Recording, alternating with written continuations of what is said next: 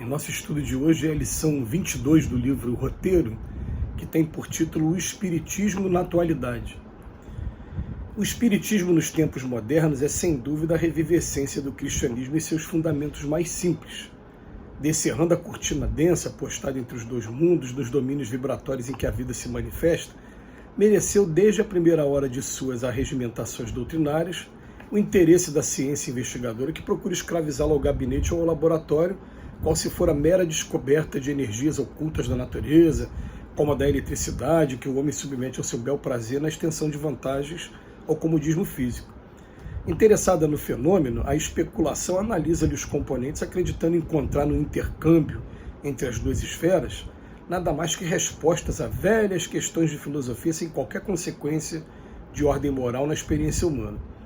Erra, todavia, quem se norteia por essas normas, porquanto o espiritismo, positivando a sobrevivência além da morte, envolve em si mesmo vasto quadro de ilações no campo da ética religiosa, constrangendo o homem a mais largas reflexões no campo da justiça. Não cogitamos aqui de dogmática, de apologética ou qualquer outro ramo das escolas da fé em seus aspectos sectários.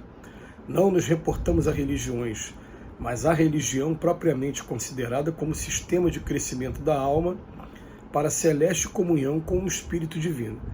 Desdobrando o painel das responsabilidades que a vida nos confere, o novo movimento de revelação implica abençoado e compulsório desenvolvimento mental. A permuta com os círculos de ação dos desencarnados compete a criatura a pensar com mais amplitude dentro da vida. Novos aspectos da evolução se lhe descortinam e mais rico material de pensamento nem enriquece os celeiros do raciocínio e da observação. Entretanto, assim como cada recipiente guarda o conteúdo desta ou daquela substância, segundo a conformação e a situação que lhe são próprias, a doutrina renovadora com seus benefícios passa despercebida ou é escassamente aproveitada por aqueles que se inclinam às discussões sem utilidade, aqueles que se demoram no êxtase improdutivo ou se arrojam aos despenhadeiros da sombra, companheiros ainda inaptos para os conhecimentos de ordem superior, trazidos à Terra não para a defesa do egoísmo ou da animalidade, mas sim para a espiritualização de todos os seres. De que nos valeria a prodigiosa descoberta de Watt se o vapor não fosse disciplinado em benefício da civilização? E o que faríamos da eletricidade sem os elementos de contenção e transformação que lhe controlam os impulsos? No espiritismo fenomênico, somos constantemente defrontados com aluviões de forças inteligentes, mas nem sempre sublimadas, que nos assediam e nos reclamam. Aprendemos que a morte é questão de sequência nos serviços da natureza, reconhecemos que a vida estua ao redor de nosso espaço nos mais variados graus de evolução, daí o impositivo da força disciplinar. Urge o estabelecimento de recursos para a ordenação justa das manifestações, que dizem respeito à nova ordem de princípios que se instalam vitoriosos na mente de cada um. E para cumprir essa grande missão, o Evangelho é chamado a orientar os aprendizes da ciência do Espírito para que, levianos ou desavisados, não se precipitem a imensos resvaladouros de amargura ou desilusão. A frase inicial, Emmanuel começa dizendo que o espiritismo nos tempos modernos é, sem dúvida, a revivescência do cristianismo em seus fundamentos mais simples. Mas conforme o tempo vai passando, a gente vai evoluindo, vai modernizando, mas a gente percebe que muitos princípios se perderam ao longo do tempo e que até mesmo Cristo, quando no Evangelho de João está na última ceia, e fala que vai rogar a Deus que mande o Consolador prometido, o Espírito de verdade que vai ficar entre a gente, que vai lembrar as coisas que foi dito e trazer novas informações. Ele está querendo dizer para a gente que muita coisa a gente ia esquecer com o tempo.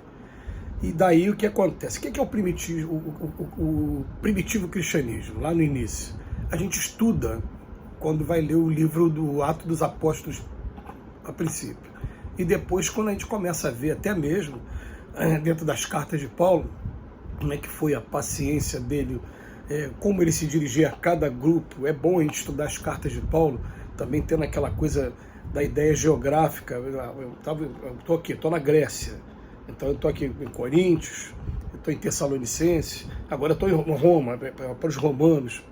A gente vê como é que era a cultura de cada um e por que ele estava se dirigindo de maneiras diferentes para cada um para poder iniciar esse movimento do cristianismo. Mas o que era esse movimento do cristianismo lá no início?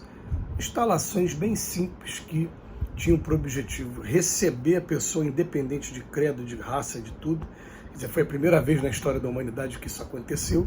Atenderam inclusive os gentios, que eram aqueles que não eram considerados os judeus. E o que eles faziam? Davam alimentação, davam vestimenta e ao mesmo tempo pregavam também a Boa Nova, pregavam o Evangelho. Muita utilização da mediunidade também. Tá? Utilização da mediunidade porque a partir do momento que teve o Pentecostes, as línguas de fogo começaram a tomar conta. Então era o momento que se estava falando com alguém, ou em particular, ou de maneira coletiva, às vezes fazendo uma palestra, alguma coisa, e de repente as línguas de fogo, que era nada mais nada menos que a manifestação do Espírito, começavam a falar através dele, pregando a Boa Nova. Era isso que era o cristianismo primitivo.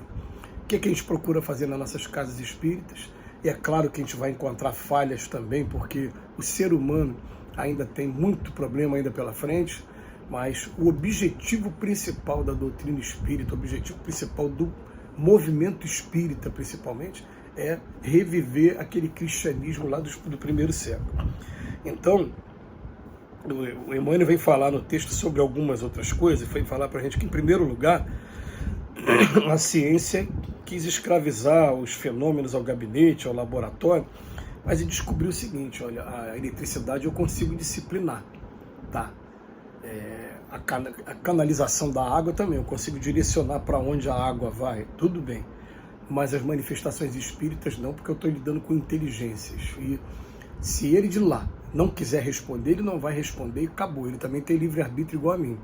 Assim como a gente não gosta de ser testado em determinadas situações, a gente simplesmente, mesmo sabendo a resposta, a gente se cala e deixa a coisa acontecer.